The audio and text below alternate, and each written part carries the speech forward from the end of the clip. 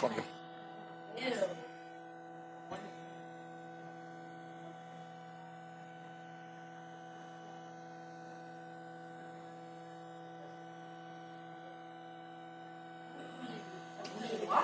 All right, so we're ready to get started here.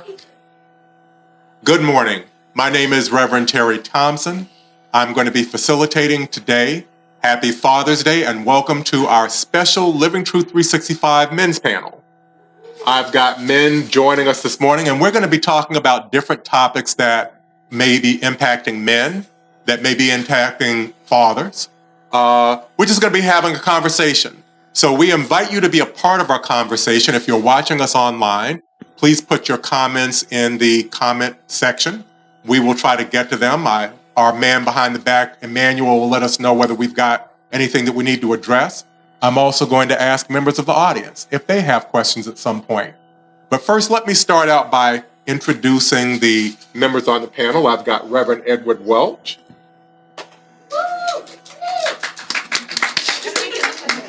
And forgive me if I butcher your name, but Ben Okereke. I've got Jeremy Diamond Hill.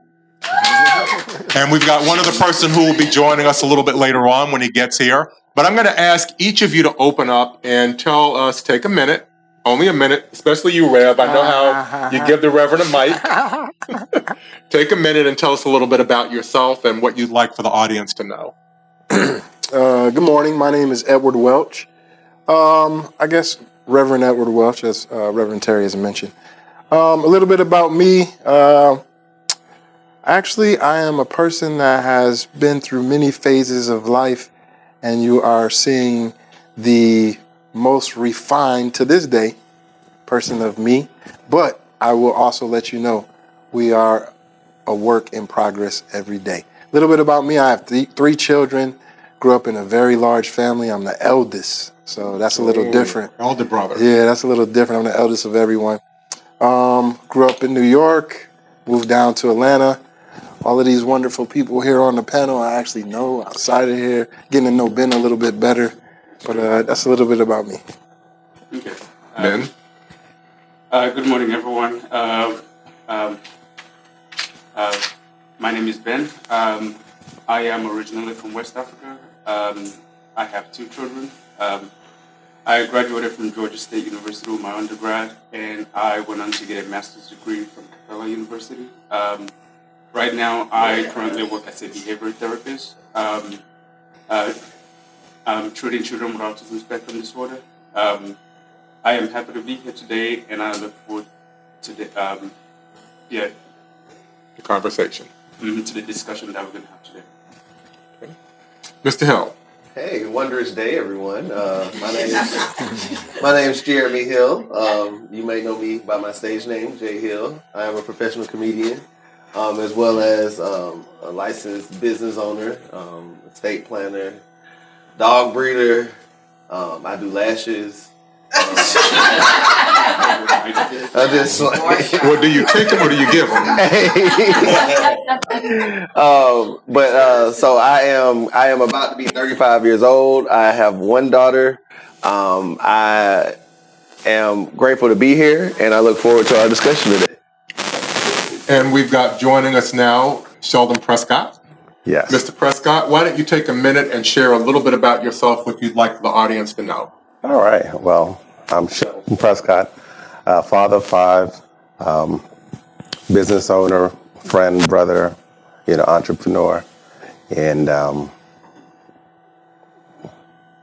really looking forward to this conversation. All right. So now that everybody has introduced themselves, I'm going to jump right into it. Each of you are fathers. Mm-hmm. What thing most terrifies you about being a father?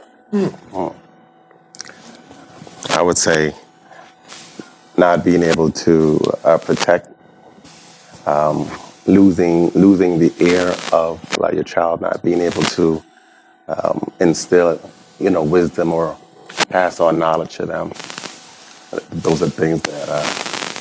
So now, because I know you, I'm going to share a little bit about you. You've got kind of two batches. You've got a set of kids that are either grown or almost grown, and you've got 2 little ones. Oh yeah, so I'm a second marriage, a second set of kids, right? But my kids are all blended.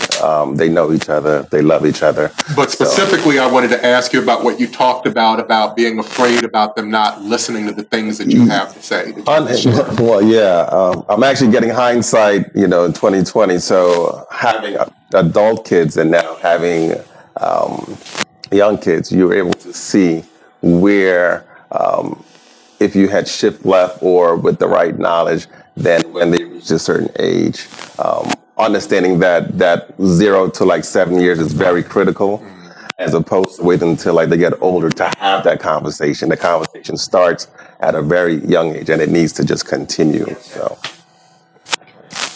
Mr. Hill, what terrifies you about being a father? okay. Well, Reverend Terry, God has not given us a spirit of fear. So nothing terrifies me about being a father. So there are things that that I think about. There are things that of course I don't see coming. Things that are unexpected, things that can be unorthodox as well. So I guess in a nutshell, I'm fortunate enough to have majored in child and family development for a while in college, and you know how you go through like 6 majors. So I was fortunate enough to have a good foundation in terms of how to develop a child, that type of thing. So and then also by being in ministry school, I know that she's gonna grow up and be who she's gonna be. Kind of relating to what Sheldon said, like just basically having the conversations now, exposing her to the things now. I think that when you there's a scripture that said a good man leaves an inheritance for your children's children.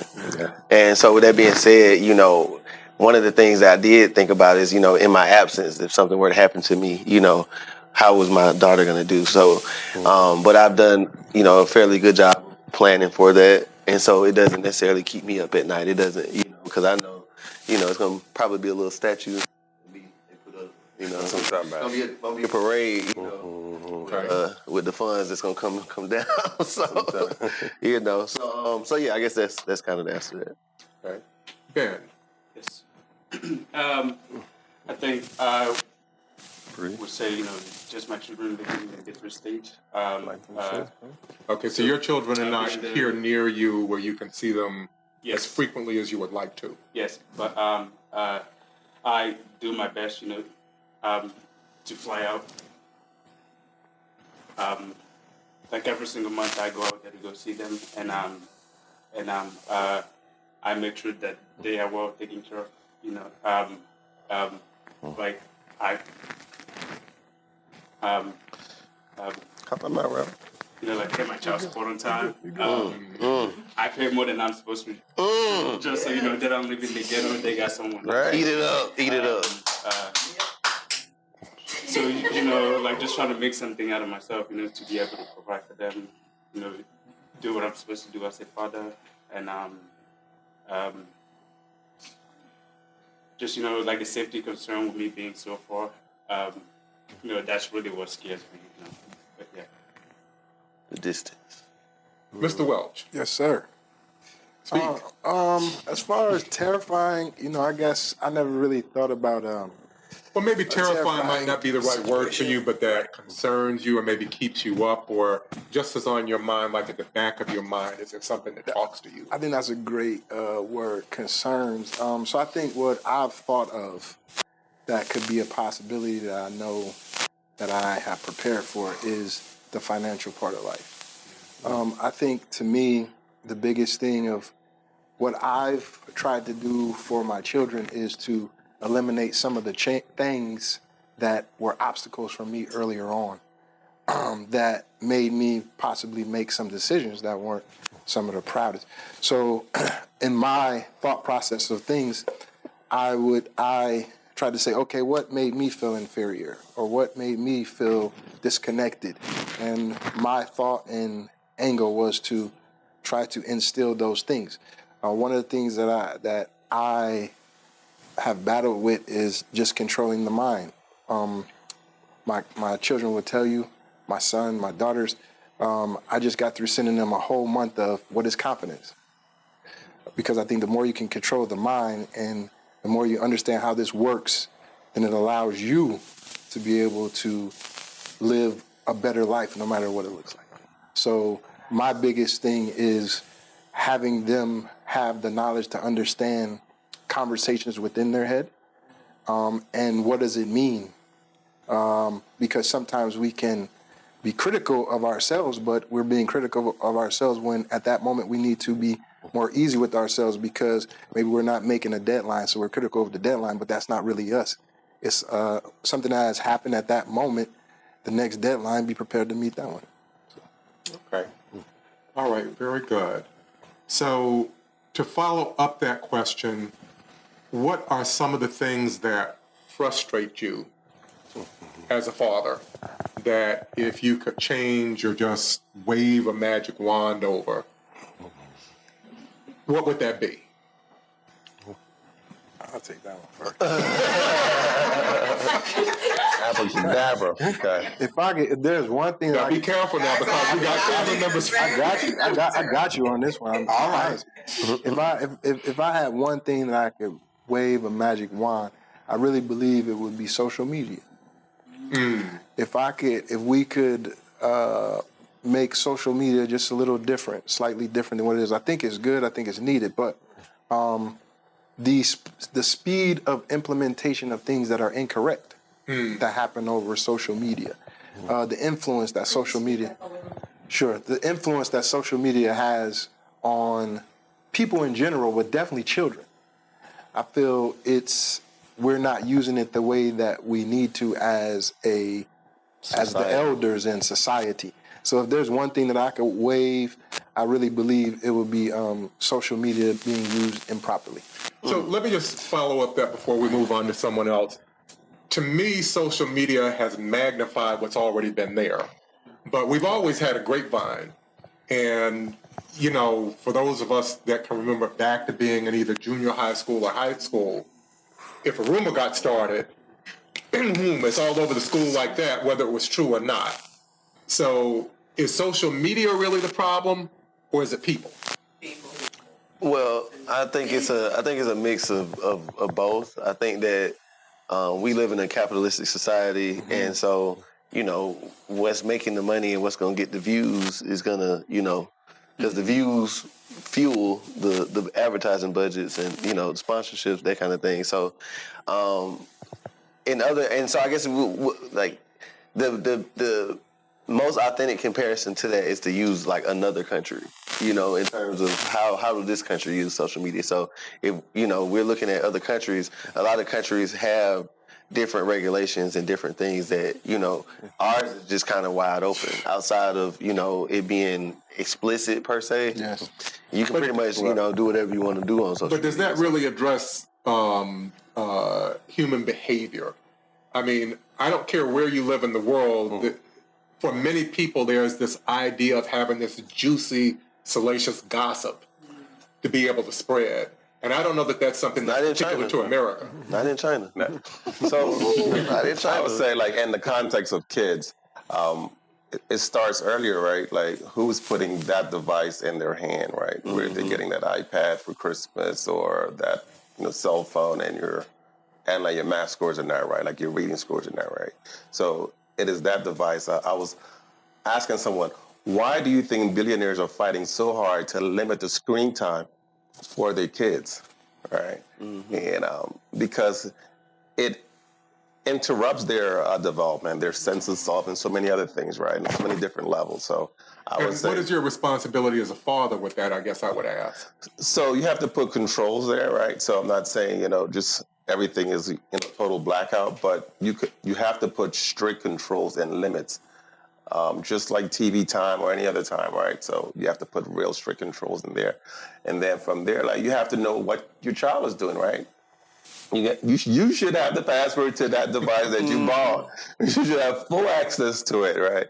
So Or isn't that an invasion of privacy? they don't have no privacy. It's mine. You have to pay bills to have Mine. privacy. You're not paying for it. And It depends on the age. yeah, and it leads into to talk about the frustrating part. I'm big on so there's a scripture in Romans that says to be not conformed to things of this world, be transformed by renewing of your mind. And it is so frustrating to raise a child, and I think what's the Drake line? I wasn't hiding my child from the world. I was hiding the world from my child. Like, it's literally like, okay, you can drop your child off somewhere. Hey, this is her food. This is how she's supposed to. And then you come back and it's like, you gave my kid this. Y'all went here. Y'all did. And it's like they like, oh well, I mean they wanted to. And it's like, it's frustrating to get the type of I don't even know if it's like, is it a respect thing? I don't even, because it's like you like grandparents. It's like it's not even like they just like this. I found it to be universal. Like when you leave your kid in the care of someone else, 9 times out of 10 they gonna try to do kind of what they want to do versus what you have told them to do. And it's like I don't know if it's an inherent thing or because I don't do that. Like if somebody give me their kid right now, like hey, feed them this at 3:00, and then I'm gonna do what you told me to do with your kid. I don't have no interest in. I don't even want to say it sounds bad. I don't have no interest in corrupting your kid. I don't have any interest in that. Like I don't. Goodness. You know what I'm saying? Like if your kid is vegan and you got this vegan menu, your kid don't eat sugar or I'm gonna give you what. It is so hard for people to just do what you ask them to do for your kid.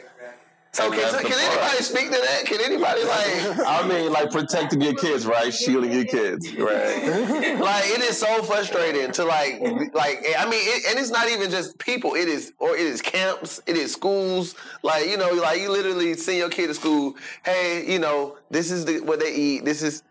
They literally come home with a whole bag. Oh, it was somebody's birthday, and it's the gift bag. It's like, oh my goodness, and then it's like you fighting an uphill battle as a parent because I think we're at a higher consciousness in this room. We kind of already know the United States government does not have our best interest in mind when it comes to food, when it comes to diet, when it comes to pretty much anything. At this point, it seems like, but what I'm saying is, that the food ain't nothing. So if I'm attempting to give my child something different, start a new path, start a new wave, why are you trying to give my kid Cheetos and Doritos? Like, what is up? Like, I don't get. Where's the win for you? Like, and then people try to say, they'll try to say, oh my gosh, you don't want your kid they try to be different with your kid. I want my kid to live a long life. He's right. Listen. Because if you do the research, this lifestyle that these kids live in, this food these kids are living, all of that is leading into issues in school, issues in listening, issues in the home. Like all of it is holistic life. So if you feed them crap and they watching crap, then what you think you're gonna get? Well, and people be like, I don't know why they acting like that. I pack my son's lunch every day, right? So he eats a specific, type of diet, not for medical reasons, but for health reasons. Yeah. We don't eat junk. There's no sugar, right? But sometimes I'm gonna spice it up a little bit. There's even that divide in the parenting, right? Maybe like one parent eats pork and the other kid and the other parent, doesn't. Yeah. Right. So now talk about who's gonna be respecting who's. I mean, that's why you gotta there, right? You gotta you don't be thinking. You're thinking that long. You're thinking that far ahead after going to got it at that minute. Right. No, but you went to Cheesecake Factory. Yeah. But it's all it's all part of the same conversation though, to a certain extent. Like it's like we kind of be rushing into these situations and we kind of just be out here willy nilly, and then we don't be talking about the plan. We just oh dang, we having a baby. Oh, you got a plan, but it's just not the plan you're talking about now. Exactly. Yeah. Didn't think that far ahead. No, but that's true, right? It happens.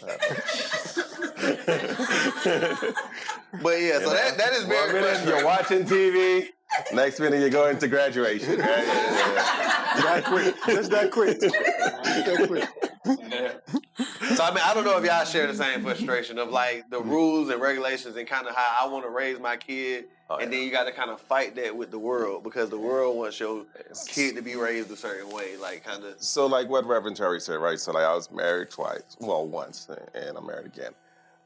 Having those hard boundaries and lines drawn of what you want for your kid, and sometimes you have to be a good a good, I guess, chaperone or like guardian, and sometimes you can't leave your child in their care because they're gonna feed them candy or they're gonna I guess go against your wishes, right?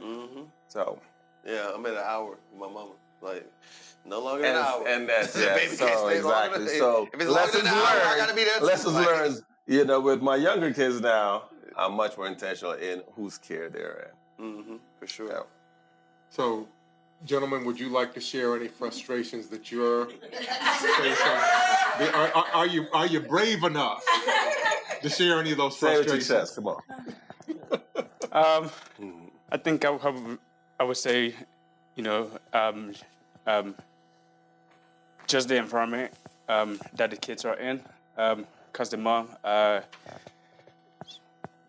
she didn't necessarily, grow up with the best role models. So she does, sometimes expose the kids, to people that I wouldn't, necessarily have the kids around.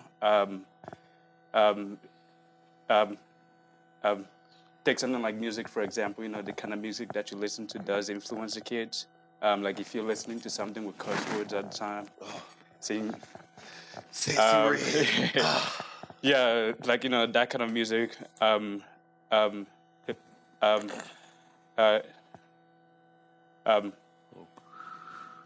when I have my kids, like very conscious to what I listen to, and she's kind of it's like a complete opposite. She will listen to what she want to listen to, whether or not the kids are dead. So I would just be like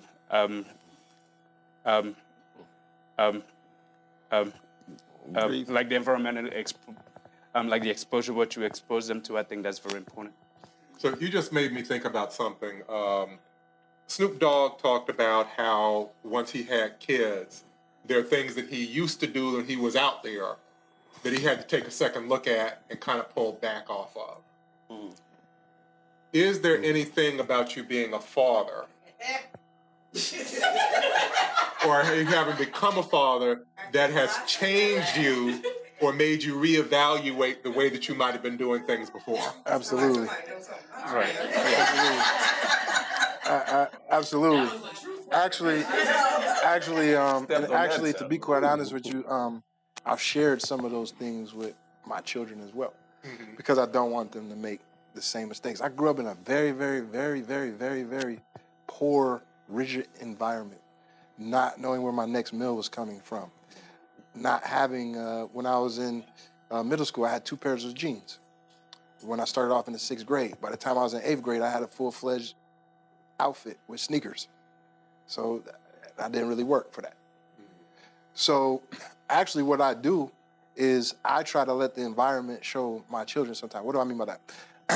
Once a year, I take my kids back to where I'm from.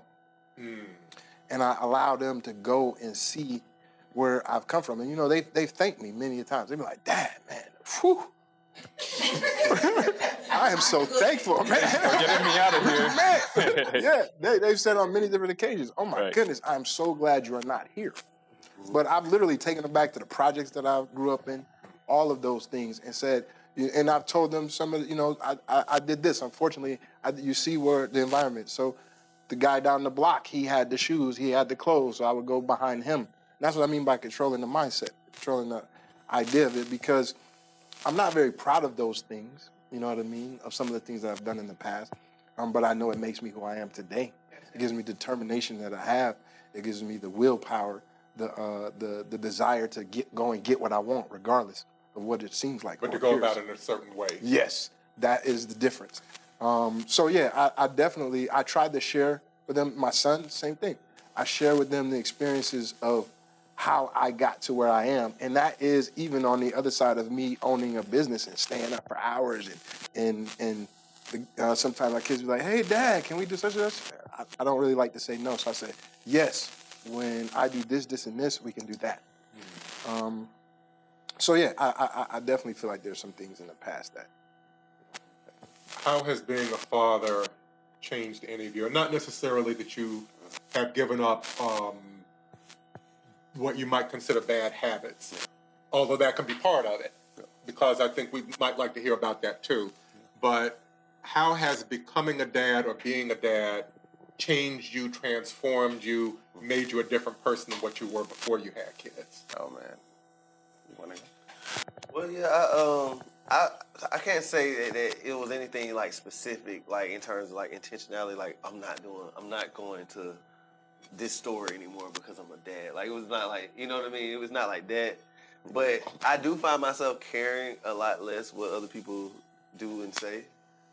And you know, like for example, like when I was younger, I wouldn't really be wearing like sandals without no socks, like or like flip flops. Like I wouldn't really be showing my toes like just on some, But now I'm like, I'm a dad. yeah, like I'm grown. Why do I care what? Why would I? Like, I'm about to walk in Walmart, like you know what I'm saying? Like I'm about to Dress like somebody. yeah, like right?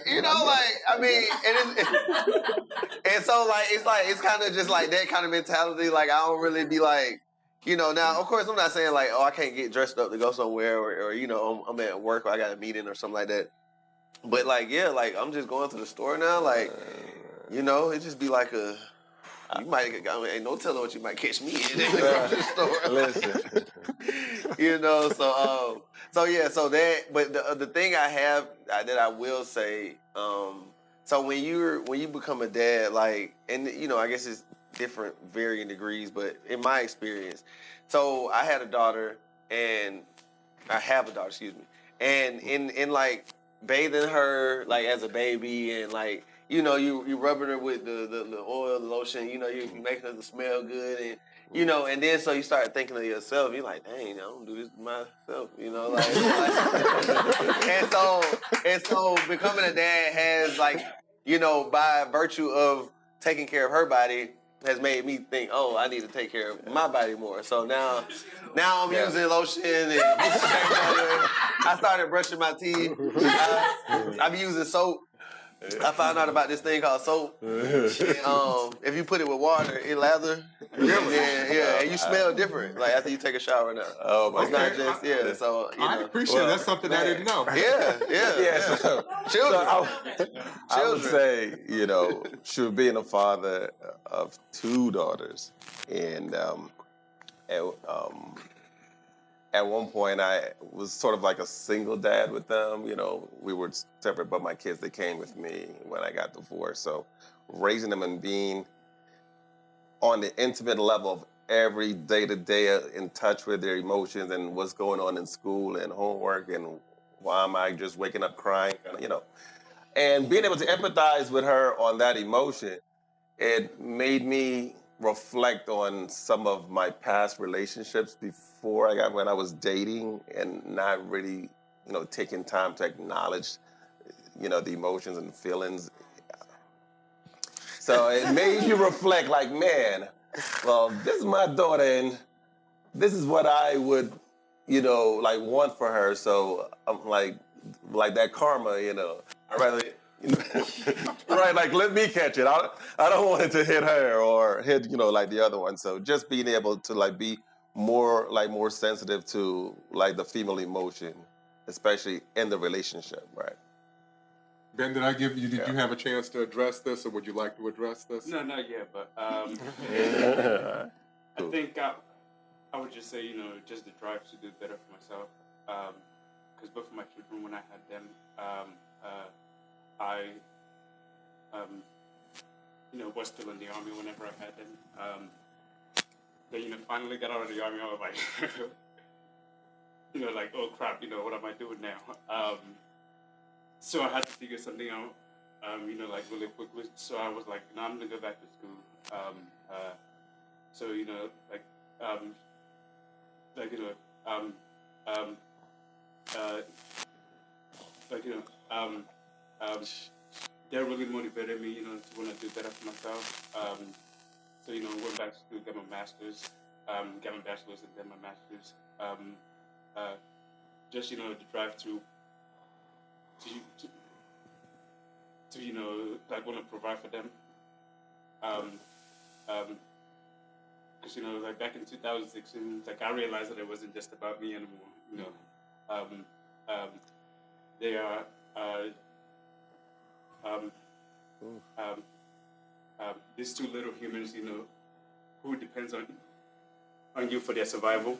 Absolutely. So yeah, that is one of my driving forces right now to want to provide for them and do better for myself. Yeah, like to add to what Ben said, it turned on that amygdala where I was like, like providing for like yourself and providing for 5 kids and a wife is completely different, right? So it made me really tap into my creativity to like generate the kind of income that's going to take to like stabilize that whole situation. So as So a can you result talk of to that that. a little bit more about how that has motivated you, or I guess to help you grow? Oh yeah, I mean, so that old saying, if you want to take that island, you have to burn the ships.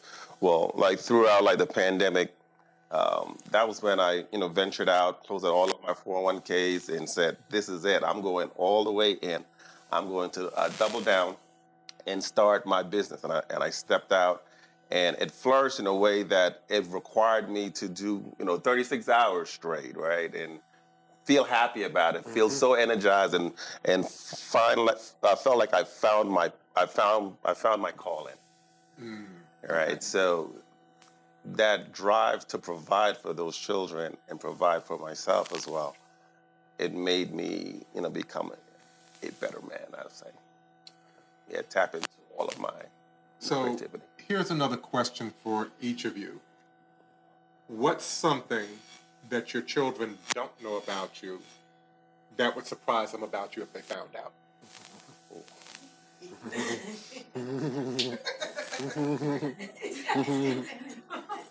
Don't know about it. That was tough. I mean, I felt like I've had to bear my soul in front of my kids. They've seen me grow up. They've Yeah, but they seen see you that. as a dad. They see you as the author, trying to get the word out, an authoritarian, whatever it is. Like when I was growing up, I saw my mom a certain way. And then as an adult, I got to see her differently. And I got to learn things about her. And I think for most of us, we think that our parents and everybody's lives begin when we're born. We don't realize that they have a past. So I grew up with my aunt, and they were very religious and preached all these things. And then at some point, I saw a picture of her and her husband when they were in their 20s. Oh. And I looked at them like, wow, look at them. Who is that? And it just, it was a very different kind of an image than I had grown up with. Okay, So I mean, do your that. do your kids know that there's a fun side of you? Do your kids know that you like to bowl, or just is there something that they don't know about you? And it may be that they know everything about you. I don't know. I mean, for mine, like they've heard some stories, but think of you came from an adverse background, right? So I came from one as well, and I went to like Joe Clark High School, right? And they made a whole movie about it. Oh, you really went to Joe Clark High School? Yes. That was my principal. But I thrived at that environment. So think what it takes to thrive in that environment, right? So, and to have the shoes and to have the sneakers, but still like maintain grades as well. So without saying a whole lot, I was an entrepreneur at a very young level, young age. I think I would say just my attitude. Some people think that I'm very nonchalant, and I don't believe in anything. I say that I think, but I don't believe. Uh, because you get hurt when you believe. So I like to, like keep life simple and like nothing someone can say or do to me, would necessarily affect me. So like I like to let people to do them. You know, then like I like to do me. So so my life, I like to keep life simple. I don't let anything stress me out at all. Dr. Hill? If anyone stress me out, I just cut them off too. For sure. I guess my daughter wouldn't know about my club promoting days. She wouldn't necessarily know that how I used to have a club going up.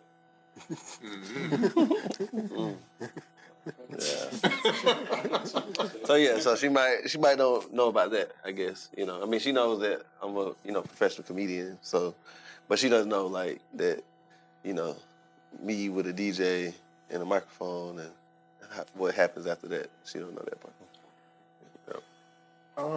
I think I might have mentioned it, but I don't think they maybe have had seen the magnitude of it. I spoke about some of the magnitude of it. I used to actually own a hip hop magazine.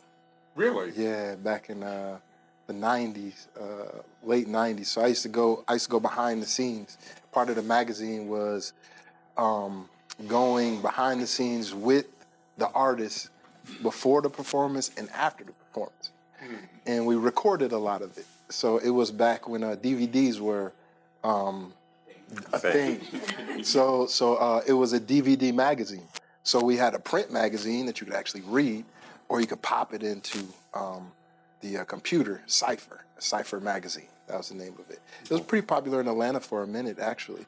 Blender was our competition, but I don't think they knew that I was actually able to hang out with Humpty Hump, Lauryn Hill, Busta Rhymes, Run DMC. Met a lot of the hip hop artists, I guess the songs that they listen to that are remade.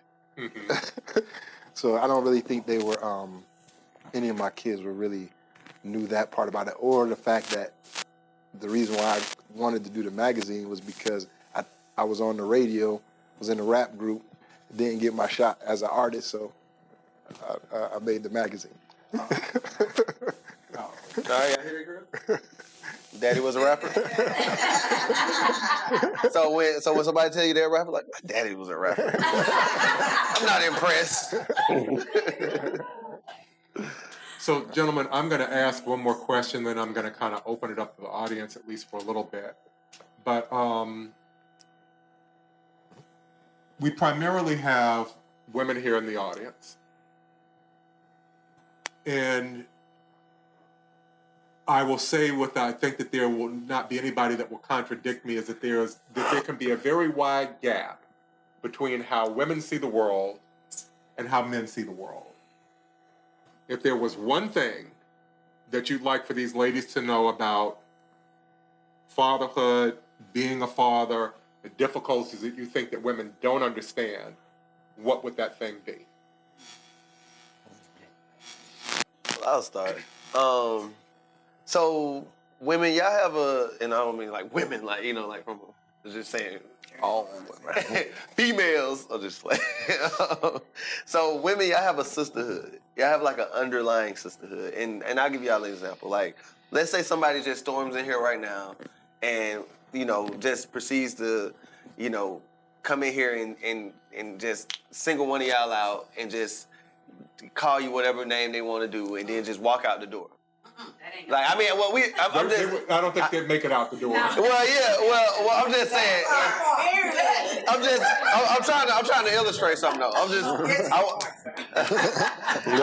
Maybe not in this setting. I'm a New Yorker. So what I'm saying is okay, let's say we're at the mall. We're at the mall and there's a guy and he's just telling the woman off.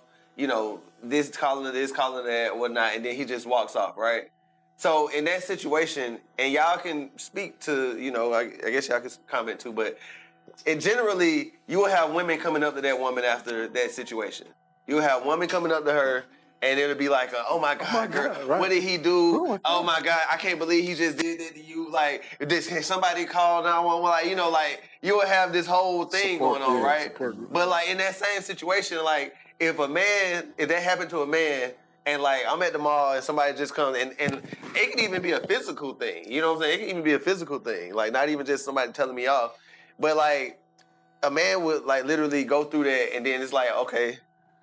You know, people just looking at you, and it's like, all right, I guess I'm gonna just go home. You know, I'm gonna, I guess I'm gonna go finish buying what I was gonna buy. Like I'm gonna go about my day. Like so with that being said, it's like an underlying kind of sisterhood that y'all have. Like, and so we are to a certain extent. And don't get me wrong, there is systemic reasons for this or whatnot that can back up this, but we are on an island most of the time.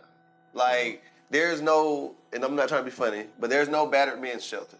Like there's no shelter for men to go to if we like, you know, our spouse beating on us, or you know what I'm saying? Like so we, you know. Now I'm not saying that there's not homeless shelters or whatever, but even at a homeless shelter, you know, you still kind of give preference to women and children. Right. You know what you're saying is it's not the sympathy for men.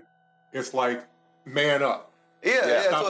To a certain extent, yeah. But at the same time, you know, like I said, it's systemic because. You know, when we first, you know, were brought to this country, like the first thing they did was separate the man from the family. You know, so there is a, you know, there's a timeline that kind of, you know, backs all of this up to where we are at this point in life. But with that being said, I would say to women, especially the men that are in your life, whether it's, you know, a spouse, a brother, a cousin, or whatever. Recognize that he is by himself. You know, he is alone. He is, you know, and so being that feminine, being that soft place, being that, you know, and I'm not saying that you're not already doing this or whatnot, but I think that there is always room for improvement. There is always room for more grace. There is always room for that. And so I would just basically tell women to, you know, like, it's not just a saying when they say, oh, you should have a soft spot. It's not just a saying. Like, you know, now don't get me wrong.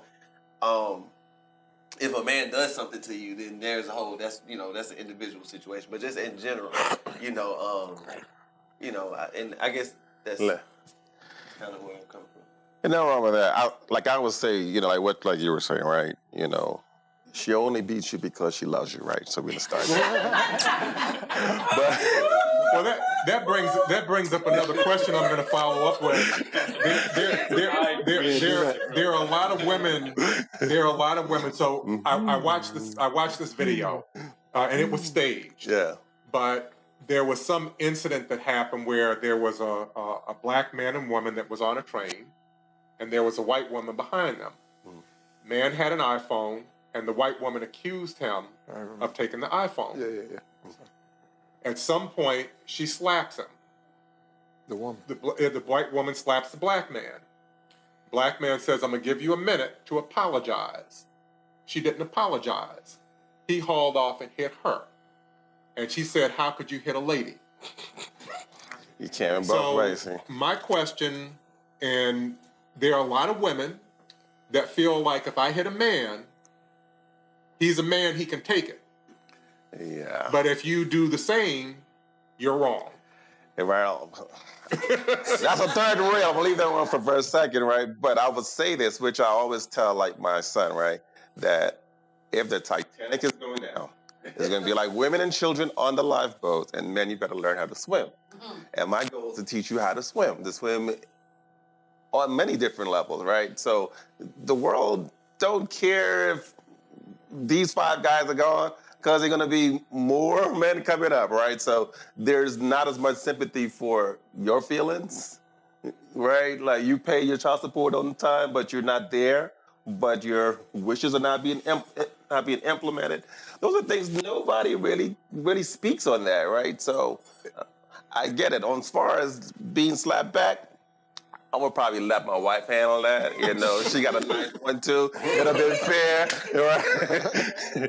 It would be unfair for me to like hit her back, not because I don't have every right to. But it won't be a sanctioned fight. We're not even. But is there a double standard? Definitely. Oh yeah, that's why women and children on the boat. Right. It's not who can get there fastest.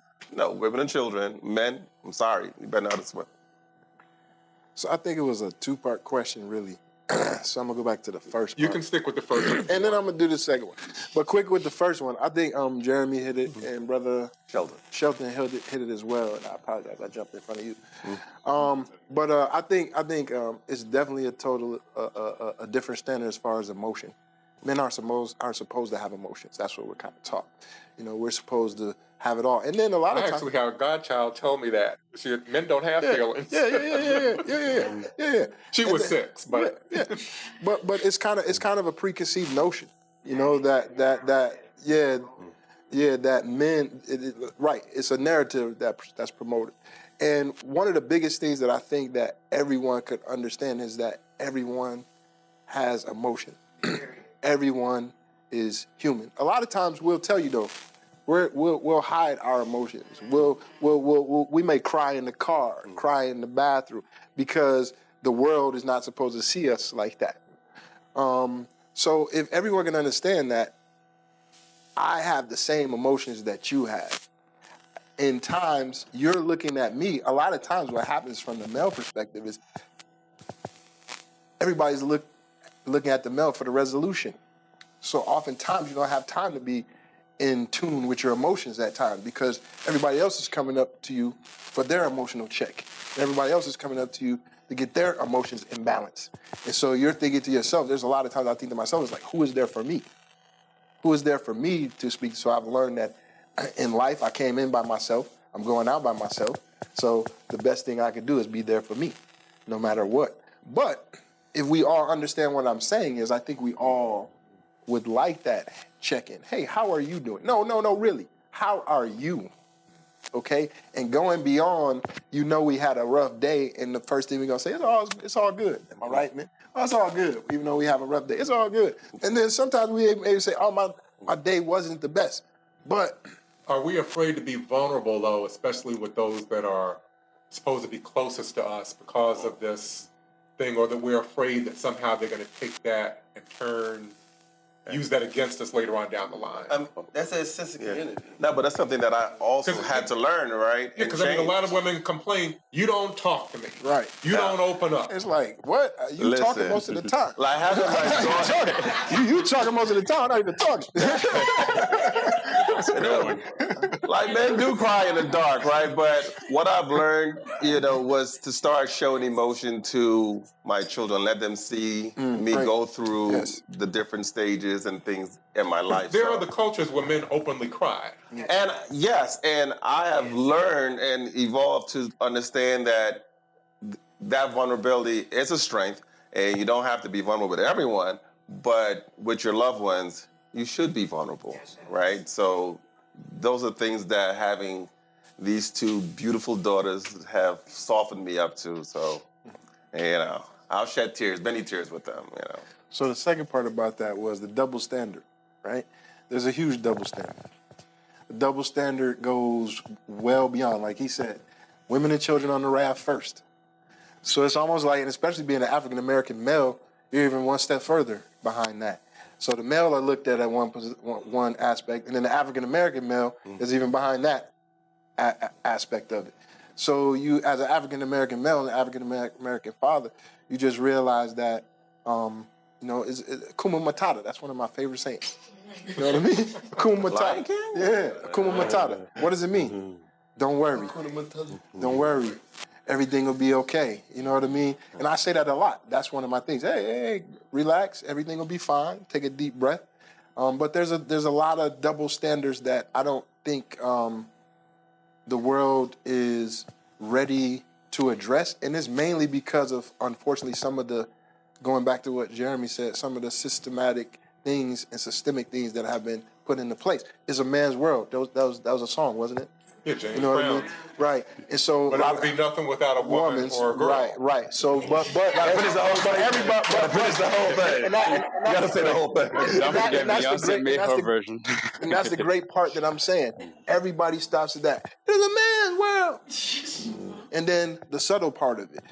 It would be nothing without the yin and yang. It would be nothing without the balanced emotion. The children have to see that. The children have to see the stern emotion and the nurturing emotion. And for men, it is important for us to show both of them. And for women, it is important for both of them to show, for them to show both of them. I'll give you a quick story real quick. One of my children, I was like, hey, have a conversation. And they're like, how do you think about that? And the conversation back was, Dad, I get what you're saying. You're a little rough around the edges when you say it. I said, okay, no problem. Had a conversation, deliverance. Had a conversation later. I waited till a conversation that they had with the other parent. And I asked that same question. And then the reply was, I see that all parents can have that rough side when needed. So I think it's important to show the yin and yang, both parents. The dad has to show emotions, caring, loving, like Mr. Shelton, Brother Shelton just mentioned. And the mom has to show the rigid, because if not, then it becomes back to it was when you are, these two brothers are young. But the three of us in our 50s, speak for yourself. Hey, you still look good for over 40.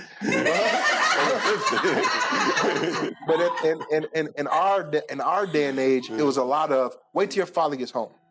But when your uncle comes over here, you know what I mean. So we were the disciplinaries all the time. We were taught to be the person that was be afraid, be afraid of. You know what I mean. And that, unfortunately, that stops some of the relationship with the children at times. Yeah. Like the question that you asked, like the one thing that you would want the ladies to know that, there's so many guys that are not able to provide financially for their child, but provisions is more than just money, right? Yes. And presence. Yes. But let's be clear that the money is important. The money is very important. It's necessary, right? In fact, I don't know any guy that has kids that don't really want to provide for their child, right? But sometimes they're unable to. But there's more to that father than just the money or the provisions or that check. Having that presence, should be courted and sought after more so than the check. Okay, I'm off myself. Okay.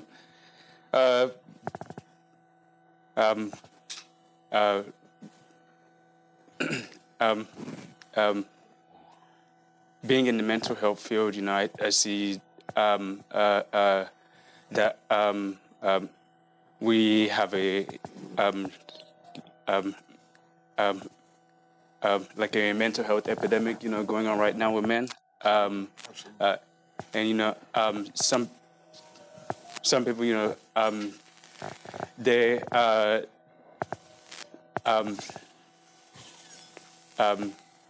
need to learn how to seek help. Find that help and get that help.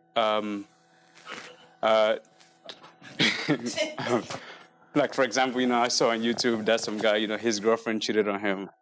He went on YouTube and started screaming, "I'm going to kill you." I'm like, well, if you're going to kill her, don't broadcast it to the world, Social media. Social media. Exactly. Keep it to yourself, Somebody else kills it. People find that avenue, to vent. So I think it's important to find that help, especially for men. Since, like the world doesn't really care about men, like Sheldon pointed out earlier, that the women and the kids will get on the boat first. So I think it's up to the men, to find that help for themselves if they need it.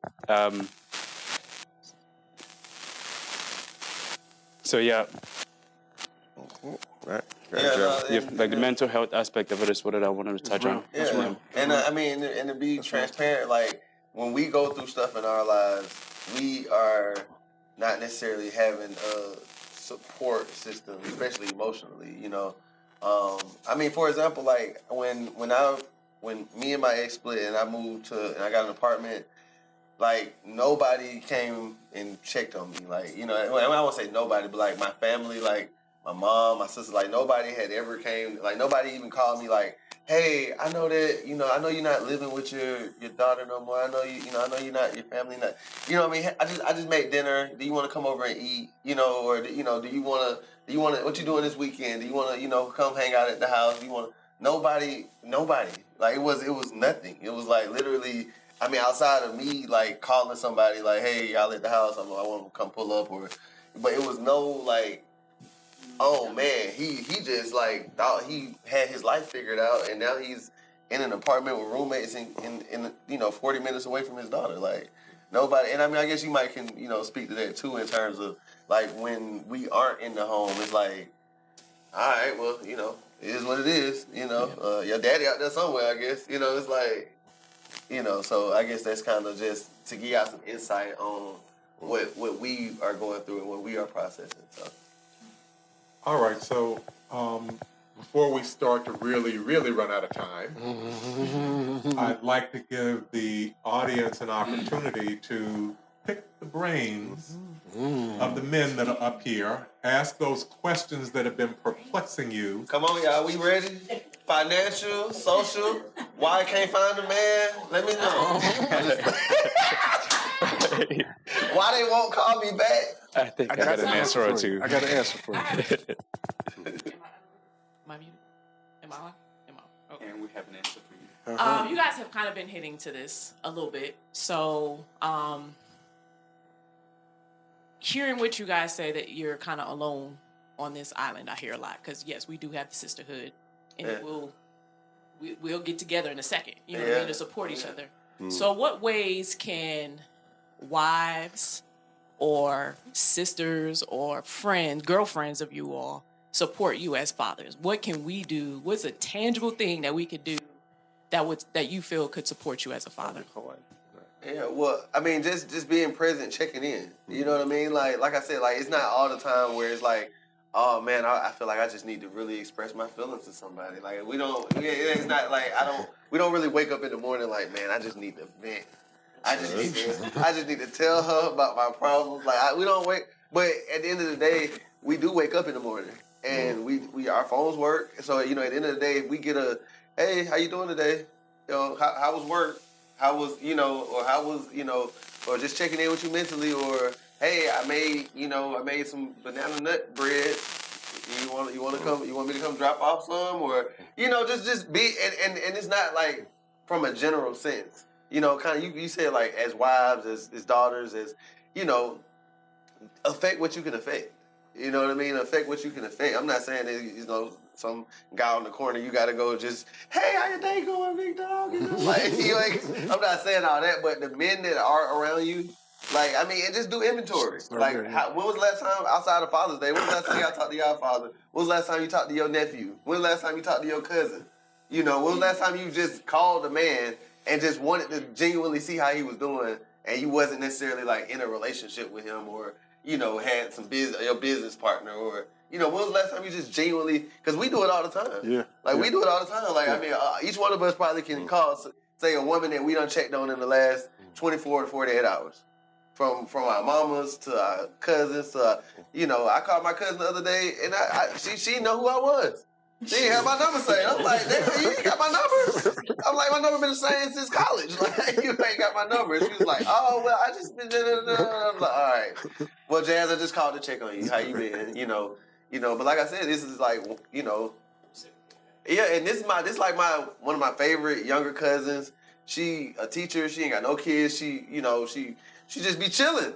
And that's what I'm saying is like, when I went through my situation, I ain't hear from her one time. You know what I mean? And it's like, what else? I mean, outside of, I guess the stresses that come with elementary school kids, being a teacher. But, so that's why, but at the same time, I found myself checking on her, like periodically throughout, all of that or whatever. So that's kind of just, I guess, what y'all can do, affect what you can affect. Yeah. Anybody else have anything they want to offer with this? Nah, I have to agree with that.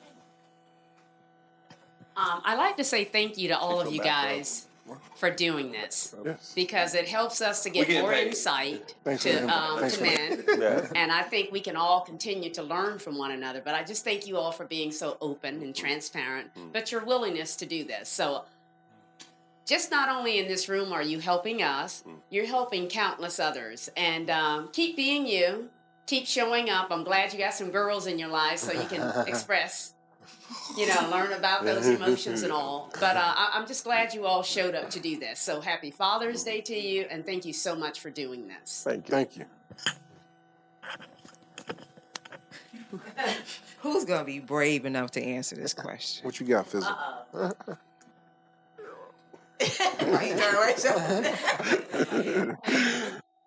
So with all the trials and tribulations, being a man in America, Mm-hmm. What made you decide to show up for your children, especially after the breakup? Oh, man. I'll go first. You want to go first? Mine's a little fresher. I don't know. It's continuous. Oh, man. So there is that dynamic, and it all comes back to just, life and accepting kind of the divine order, everything, that there are choices that we make in different situations.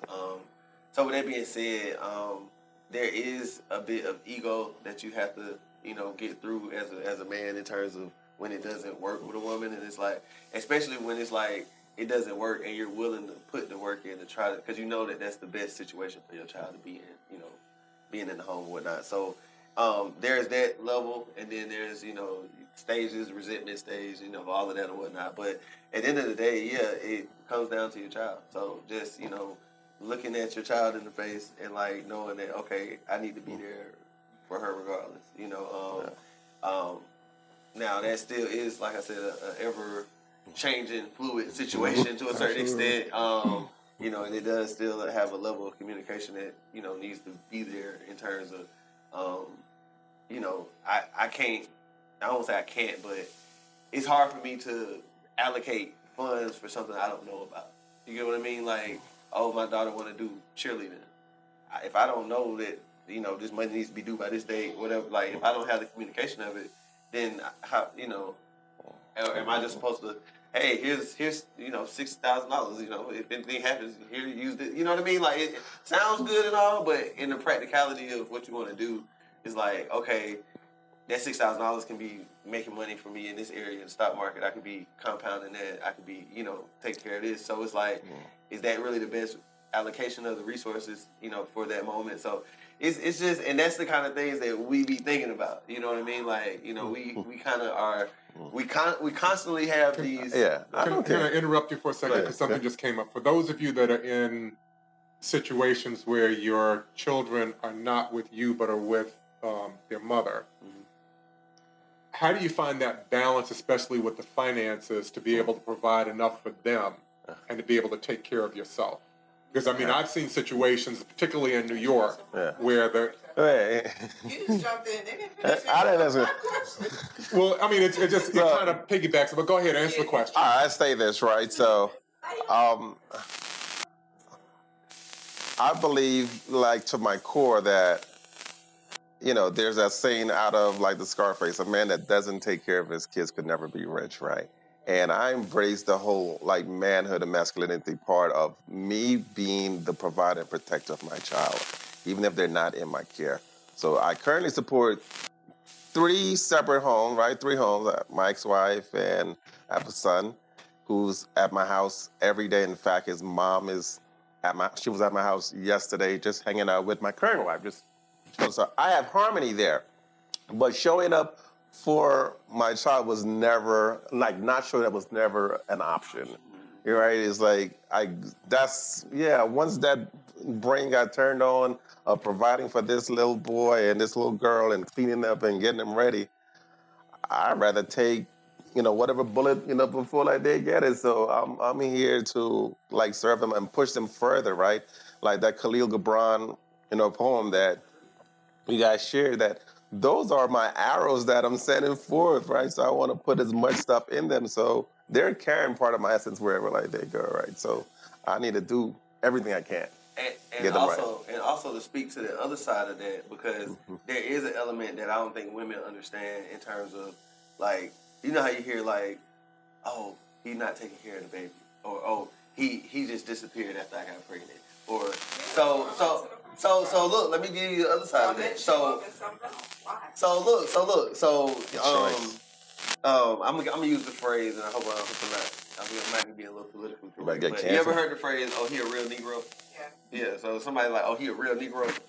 So a lot of us, when we have that child, there is a moment. I literally remember like it was yesterday. I remember being in the hospital, my daughter about to come out, and I remember looking at the door.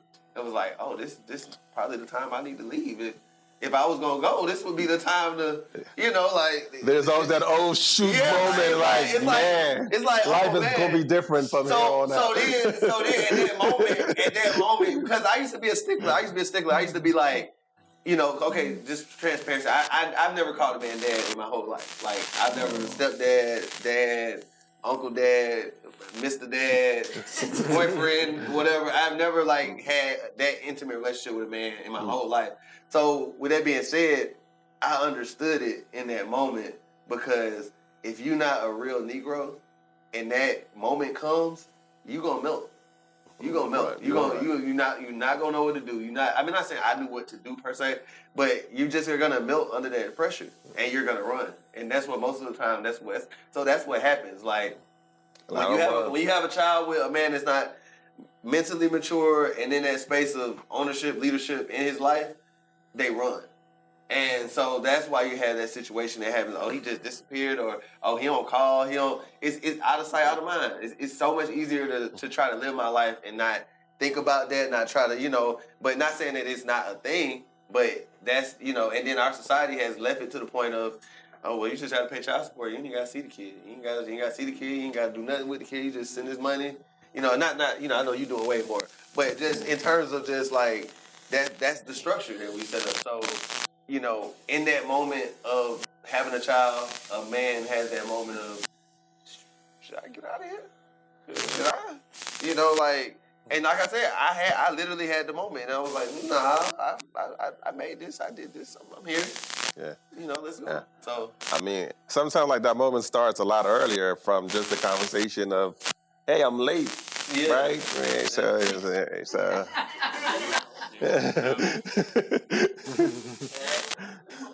What? School work? So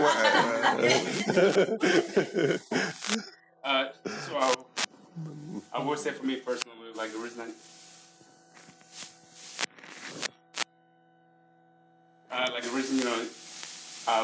that I stay, like in my kid's life, discuss. Kids only got one dad,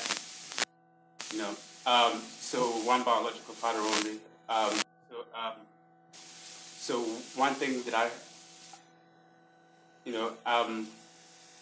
like 5-10 years from now, I want,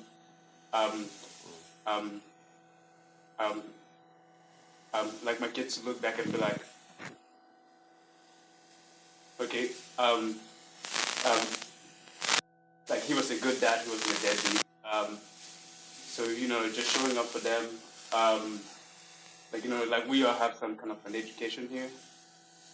And we know what happens, when you're not in your kid's life, they could get pregnant early, they don't go to school and stuff like that.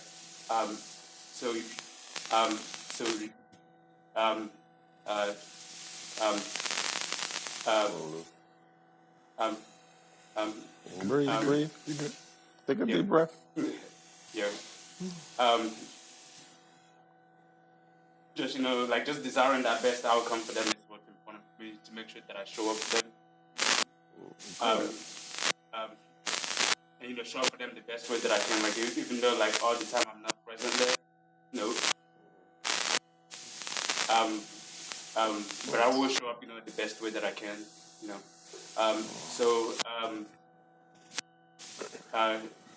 just like thinking 5 to 10 years from now, I want them to be like, okay, so my dad, he cared about me. That was why he showed up for me.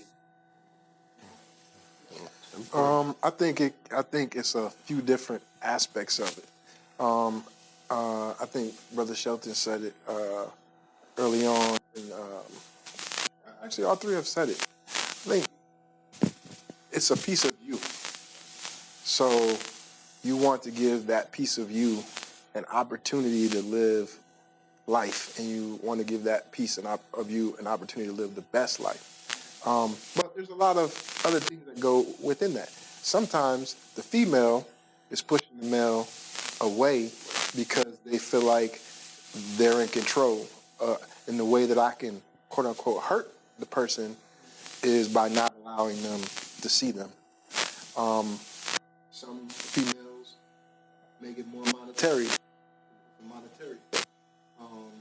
When like everyone has said, the money is needed, but the emotional support is needed way more, especially in the earlier years, in the 0 through 7. And then on top of that, let's look at it even further than that. When there was, quote unquote, we have the way that our cities have been built in the U.S., where you have the project that I talked about that I was raised in. Those weren't built for me to inhabit at first. Those were built for the military and the people coming out of the military first. And then after those people utilized the public housing, then African Americans lower financial incomes. But when that migration happened to the public housing to quote unquote address the problem of the housing, well, what happened there? When that happened there, it was, well, you can't have male's clothes can't be in the closet, things like that. So again, the separation, that's kind of what Jeremy was talking about, the separation of the man from the household. That's been so much in the African American way that in the minority period, the way that it has been pushed upon us. You know, think about it. You hear so many times you've heard, you don't need no man. Like, how is that? Why is that? Why would a female even say that? You don't need no man. I did it all. Well, you did all like to that, add to man. your, they say like sometimes like we think too highly of ourselves because maybe she don't want you, she just want to have a baby, right? Right. Yeah, right. So there's always like that aspect, right? I don't even see, right? Like we've seen that like lately in the news, right? Someone, hey, I froze my eggs, I got a sperm donor, right? You know. And some people actually understand, let's get down to the realness of it. Some people understand that energy exchange as well. You know what I mean? So they understand that that energy that he has, the energy which is all, intertwined. The energy that he has, what happens with that? It's deposited in, you know what I mean? And it's moved forward. Last thing that I'll say, I think one of the main reasons why I wanted to be very present in my children's life is my dad worked a lot. And I didn't see him a lot. My dad didn't come to a lot of my sporting events. I don't think I remember seeing my dad at a sporting event because he was working so much. So I said to myself, I was not going to repeat that. I was going to make sure I was present. I was going to no matter what was going on, no matter how much I had to do, I was going to make sure that I was present at birthdays. I was present at a event, because and not my dad. Not that my dad didn't care, you know what I mean? But he drove tour bus, so he drove bands that were performed all over the U.S. He might be gone for a month. So I say that to every dad that says that they have more than one job. I said, put in the time with the kid, because when you look back, it's the time that really made that difference. So I'm going to make that the final word for this conversation. Yes.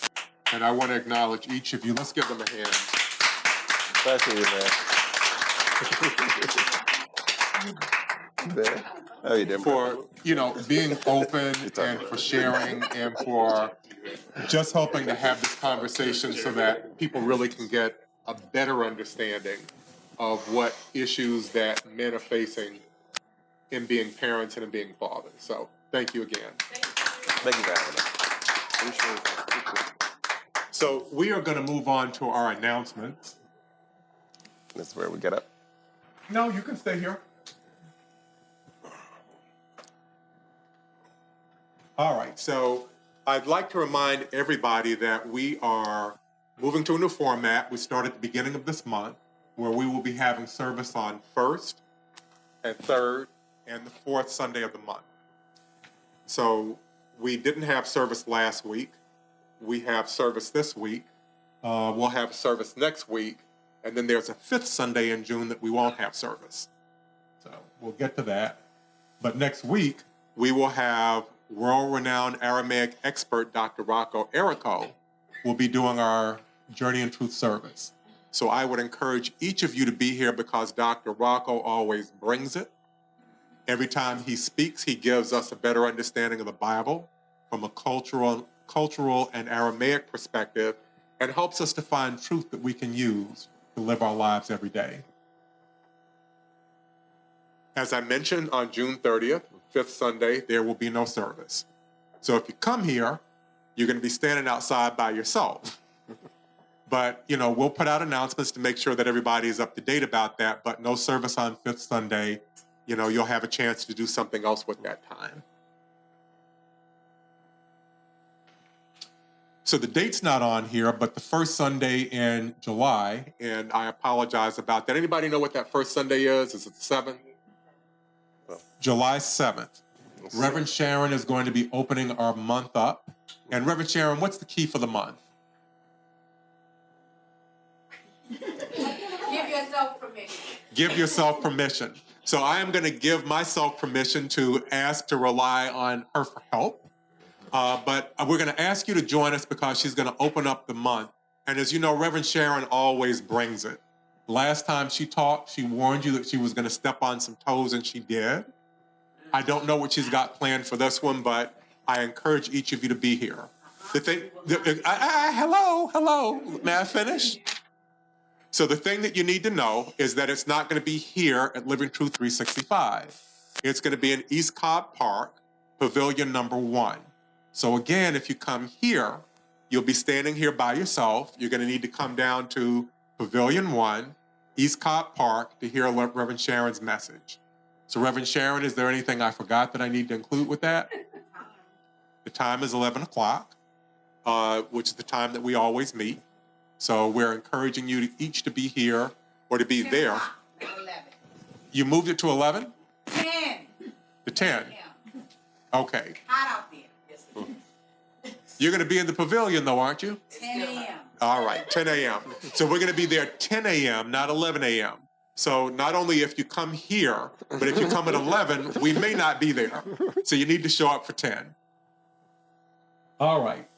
So here at Living Truth, we like to celebrate our members and the accomplishments that they have. I have something very special that I'd like to announce with soon-to-be Dr. Marie Powell. She was nominated for Professor of the Year where she works. Is it Phoenix University? Life University. Thank you, Life University.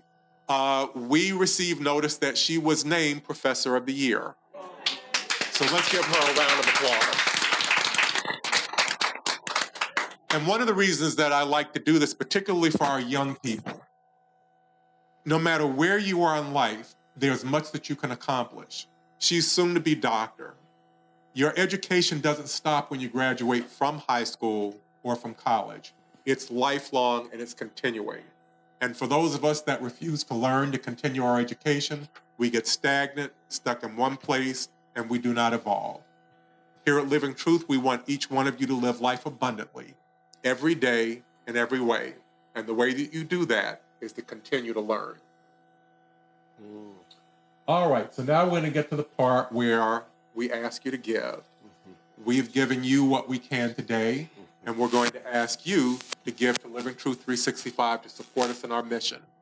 There are a number of ways that you can give. One way is tithely. And in case you haven't set it up, you text to the word give to the 470-243-2191. Wait for the reply. Then you reply back, fill out the information, and then anytime that you want, you're able to make your donation through Tithely. It could be 3 o'clock in the morning, 5 o'clock in the afternoon, or here on Sundays when we have service. There also is Cash App. You can give to us through Cash App. Our Cash App handle is $LT365. And for those of you that have banking, you can use Zelle.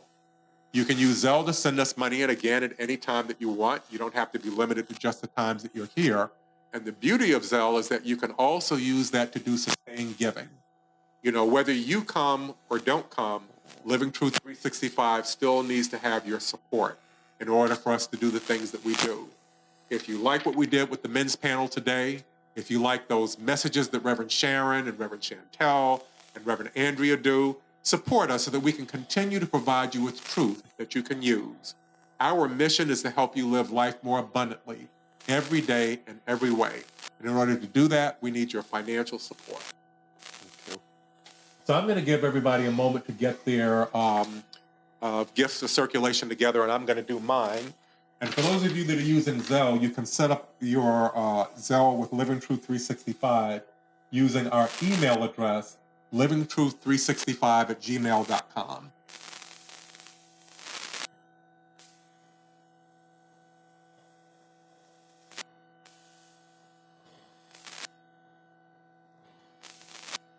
And I just need a minute more.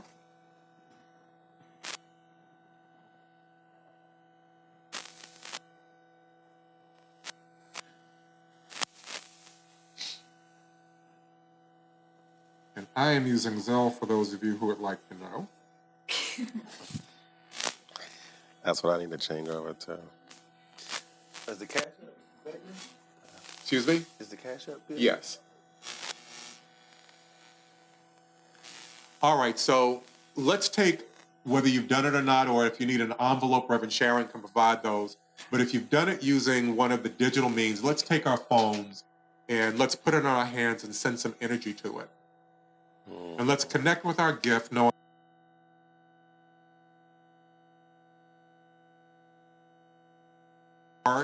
we give openly, we give generously, knowing that what we give will come back to us blessed and magnified. And we release this and know that we are blessed and Living Truth is blessed. And so I'm going to ask each of you to take our gift of circulation affirmation together. You can take your phone or your donation, whatever way that you do it, put it across your heart. And let's do our gift of circulation affirmation together 3 times. There is no lack or limitation.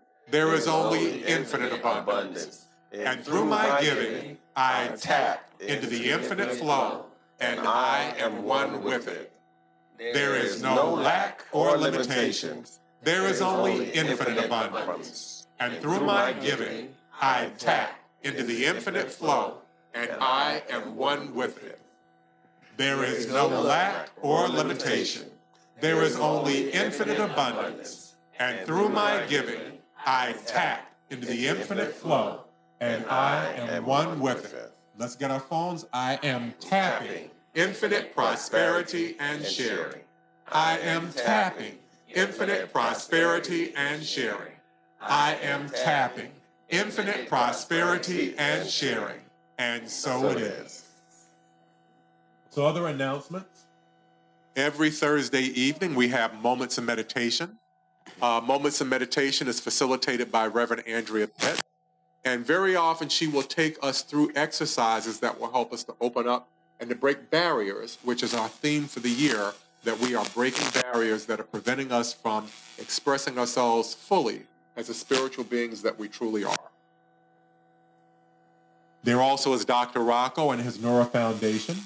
He's got 2 ways that you can participate with what it is that he does. The first is through the Aramaic School of Light, which meets the second Sunday of each month. It's from 1 to 3 p.m. Eastern Time. And to participate, it's $30 per class. Alternatively, you can do the online classes that are every Wednesday. Those are each Wednesday evening between 7 and 8 p.m. Eastern Time. And those are offered with a love offering donation.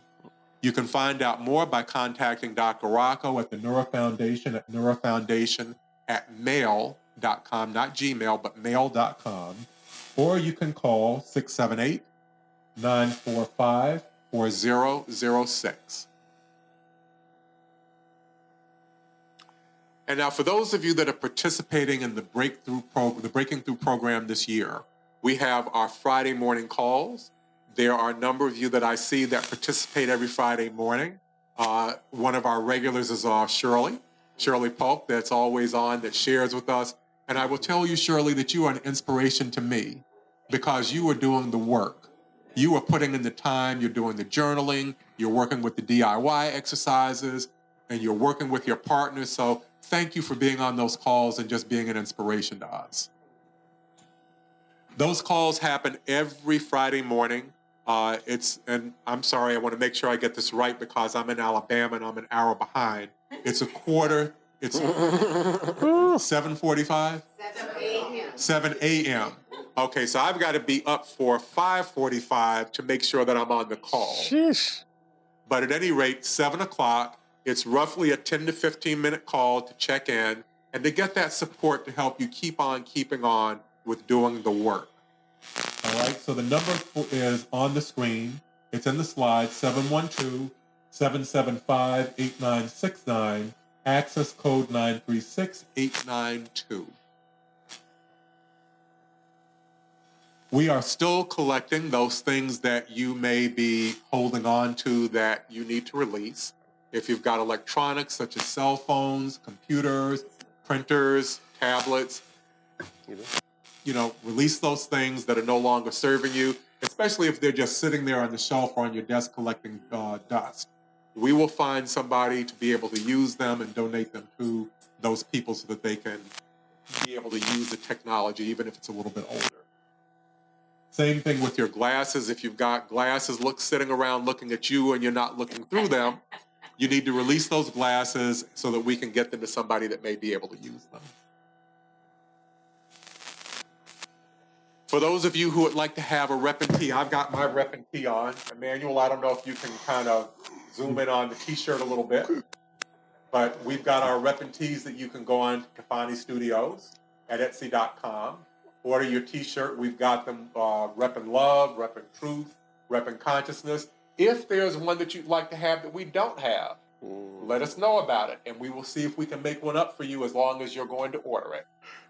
So get your rep and tee, rep truth, rep consciousness, rep love, rep being all that you can be. We also have Breaking Barriers merchandise. We've got the Scan Me QR code that you can use, and you can find your Breaking Barrier merchandise there, the t-shirts, the hoodies, and so forth and so on.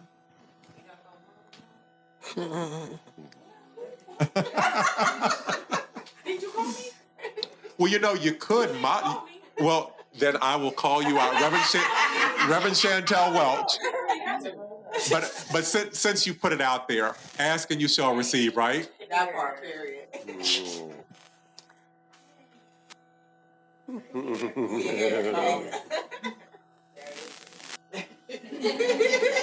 You've done this before. You stomped the runway, girl. All right, then. And then lastly, for those of you that don't know, we have the Living Truth 365 website. You can go to livingtruth365.org to keep up with events, to see what's going on with the Breaking Barrier program, or to communicate with us. So now that we've gone through all this, I'm going to ask everybody to stand. And we're going to do our Breaking Barrier affirmation together.